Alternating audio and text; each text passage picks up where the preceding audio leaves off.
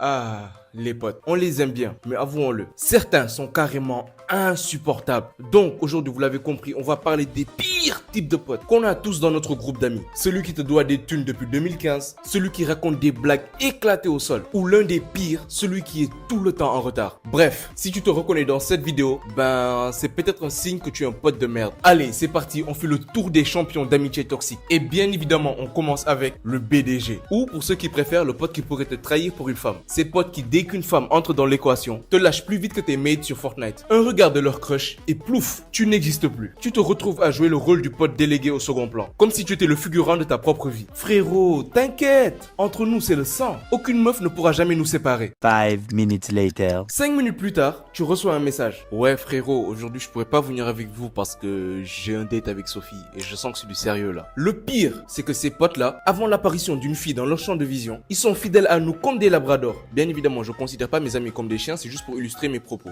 Dès que la moindre opportunité romantique se pointe, ils sont prêts à vendre leur mère et toi par la même occasion. Si tu étais en train de couler au fond de la fosse des Mariannes et que sa crush lui envoyait un message, il te dirait sûrement un truc du genre « Je te repêche plus tard, j'ai un truc urgent à gérer ». Et quand il est avec sa crush, il est tellement impliqué, c'est une dinguerie. Ah ouais? Non, c'est pas possible. Alors toi et moi, on est vraiment pareils, on se comprend à la perfection. Il a sorti la même phrase à des milliers de meufs avant d'oublier leur existence. Ses potes sont aussi les rois du « je t'invite ». Mais au final, ils t'invitent surtout pour tenir la chandelle. Ils te disent « Ouais frérot, viens, on va sortir en groupe ce soir. Il y aura Sophie et sa pote, tu vas voir, elles sont vraiment trop cool. » Résultat, ils passent la soirée à draguer la 10 sur 10 et toi, tu te retrouves à devoir t'occuper de la pote de la 10 sur 10. Le dragon de 700 kilos juste à côté.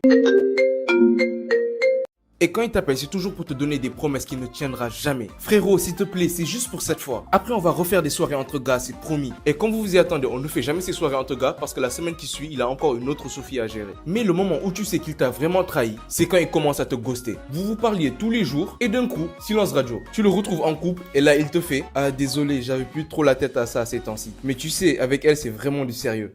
Ouais, ça doit être ça. Ouais. Mais ça encore, c'est le niveau 1 du BDH. Le niveau 2, c'est, vous savez, ce pote qui est prêt à tout pour pécho des meufs, qui est prêt à braver l'interdit, la règle ultime des hommes, qui est prêt à devenir un renégat, à perdre toute forme de dignité, en rabaissant son pote pour faire rire une meuf. Toutes les personnes qui regardent cette vidéo et qui ont déjà fait ça, sachez que moi, en tant que juge du tribunal des potes, je vous sanctionne de la peine capitale. Exclusion définitive de votre groupe de potes, sans possibilité de retour, et ma sanction est irrévocable. Et leur sentence est irrévocable. Si jamais vous avez un pote comme ça dans votre groupe, dégagez-le. Là, je ne parle pas seulement aux mecs, je vous parle aussi à vous, mesdames. Si vous avez une pote qui vous a déjà rabaissé pour faire rire un gars, dégagez-la de votre groupe. Bref, je vais faire une petite parenthèse pour parler des pires, parmi les pires potes qui existent sur cette planète, les pookies. Ou comme je préfère les appeler, les putes. Wesh, il y a mon filtre à YouTube Money qui s'est activé. Je vais essayer avec un autre mot, les salopes.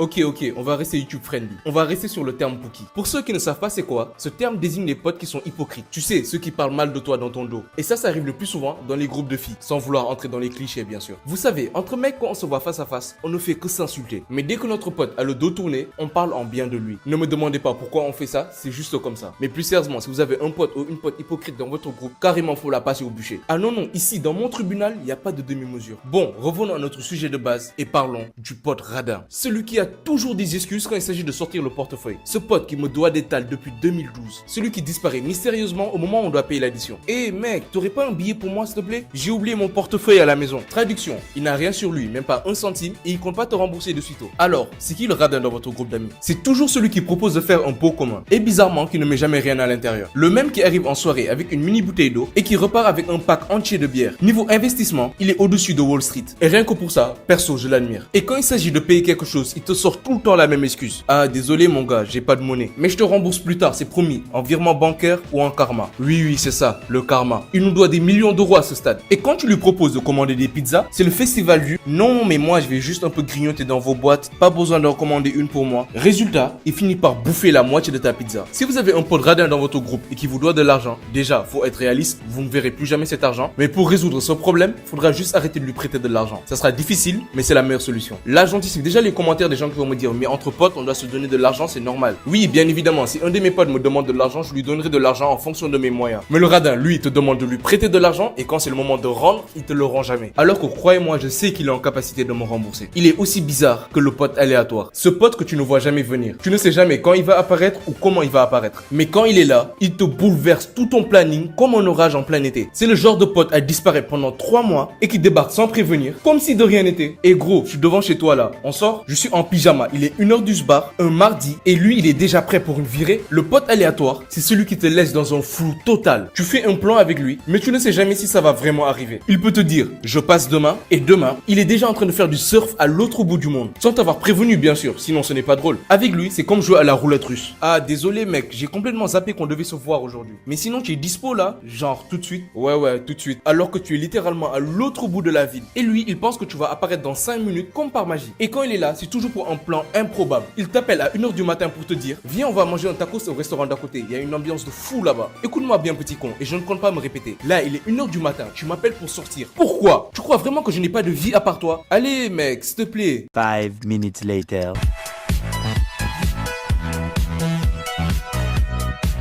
Et je ne sais pas par quel miracle, il réussit toujours à me convaincre. Et le mieux, c'est quand tu lui envoies des messages. Des fois, il te répond dans la seconde et parfois, il peut prendre plusieurs jours avant de te répondre. T'as l'impression que le gars, il vit dans une dimension parallèle où le temps ne fonctionne pas de la même manière. Il disparaît pendant plusieurs semaines et soudain, boum, il réapparaît tranquillement comme s'il était allé prendre un café. Mais le plus aléatoire avec lui, ce sont ses excuses. Quand tu lui demandes pourquoi il a disparu pendant aussi longtemps, il te sort un truc du genre, ah gars, j'avais un trou dans ma chaussette et j'ai dû tout gérer. T'as l'impression qu'il pourrait te dire, j'ai été capturé par des extraterrestres et tu te dirais tout simplement, ouais, c'est possible avec lui. Mais en termes d'excuses, il est loin d'être pire que le pote retardataire. Ce génie de la procrastination. Celui qui transforme ouais, j'arrive dans 5 minutes, à une attente digne d'un marathon Netflix. Si la ponctualité était un sport, lui, il serait disqualifié à vie. T'inquiète pas, je suis en route là. Traduction, il est encore en pyjama, il cherche les clés de sa maison, qu'il a sûrement oublié dans une autre dimension. On a tous ce pote, celui à qui tu dis, on se retrouve à 19h. Et lui, il débarque dans le plus grand des calmes à 21h. En mode, je suis en avance, non? Non, Yves, tu n'es pas en avance. Tu n'as d'ailleurs jamais été en avance de toute ta vie. On dirait qu'il vit dans un autre putain de fuseau horaire. Il te sort tout le temps les mêmes excuses complètement bidons. Désolé mon gars, il y avait du trafic. Du trafic à 8h du soir, un dimanche, alors que tu vis à 2 rues de chez moi. T'es sérieux là? Et le pire, c'est que tu te fais tout le temps avoir. T'as beau le connaître depuis des années, à chaque fois, t'es là, naïf, en train d'attendre en te disant, cette fois-ci, il va peut-être venir à l'heure. 15, 20...